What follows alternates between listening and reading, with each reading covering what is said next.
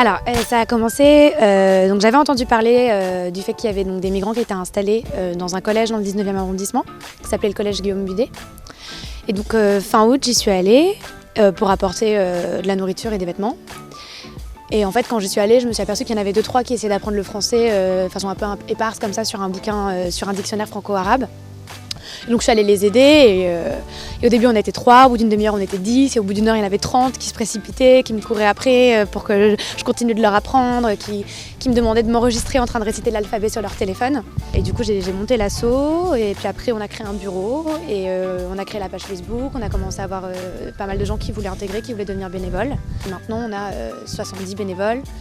Alors au début on leur donnait des cours donc, dans le collège, on y allait tous les dimanches et puis après il y a eu l'évacuation du collège, l'expulsion. Et puis après on a cherché beaucoup de salles, on a téléphoné à des collèges, des lycées, plein d'établissements, des universités, des mairies.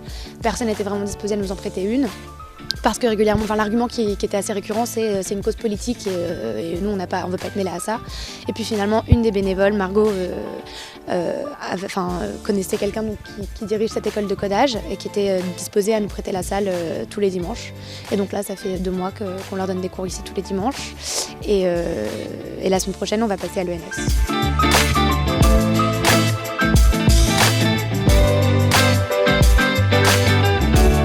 C'est enrichissant sur plusieurs points. Déjà, j'avais jamais rencontré quelqu'un qui venait du Soudan jusqu'à maintenant et qui me parle de son mode de vie et de comment est-ce qu'il perçoit cette immersion particulière dans la culture française.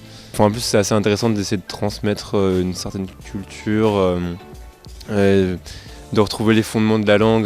Du coup, ça nous porte à réfléchir un petit peu sur comment transmettre le français.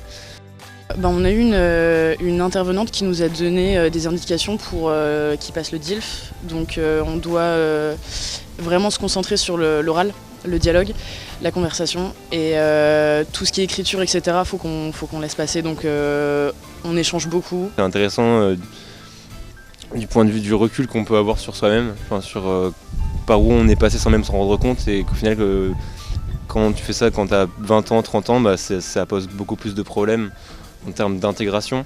Et puis aussi tu découvres aussi certaines limites du langage. Par exemple quand on fait des blagues, c'est assez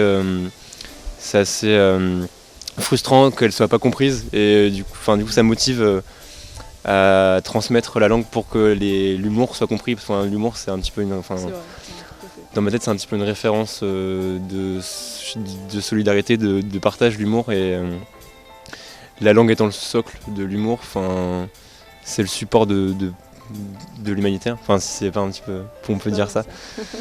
Et quand la personne qu'on a en charge reprend un des trucs qu'on lui a enseignés dans sa phrase, c'est un peu une victoire. Ouais. Du coup, c'est aussi... c'est motivant. Ouais, c'est motivant. C'est aussi une certaine expérience qui peut être agréable des deux côtés. Pour nous, parce qu'on veut bien rendre service on trouve ça, c'est un pur acte de solidarité, quoi, et c'est pas par devoir ou quoi, c'est juste comme ça, c'est un contact humain. Donc, c'est un peu genre faire un petit truc, mais au fond, s'ils savent parler français et qu'ils restent en France, le fait d'avoir appris à parler français, ça va juste changer leur vie, quoi. Et du coup, il y a beaucoup d'échanges et c'est leur motivation, je trouve, qui fait que ça marche bien.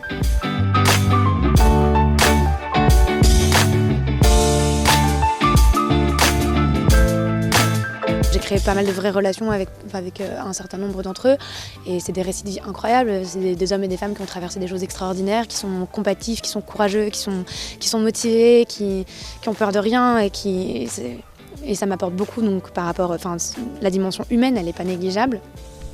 Et puis ils sont très reconnaissants, quoi, alors qu'ils n'ont pas forcément à l'être, mais ils nous disent sans arrêt merci pour tout, merci beaucoup, c'est génial ce que vous faites, on est vraiment contents, on en a vraiment envie, puis ils sont incroyablement motivés, quoi. Là, il y a pas plus tard qu'il y a une demi-heure, il y en a un qui m'a demandé si je pouvais pas trouver un endroit où ils pouvaient prendre des cours de français tous les jours.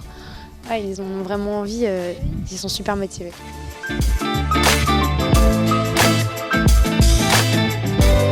La définition même de l'acte bénévole, c'est de faire ça parce qu'on trouve ça juste et parce qu'on trouve ça enrichissant et parce que on estimerait dans une société idéale que tout le monde devrait l'être en fait. Donc on dit que bénévole c'est quelque chose pour qualifier, mais ça devrait être collé au mot homme.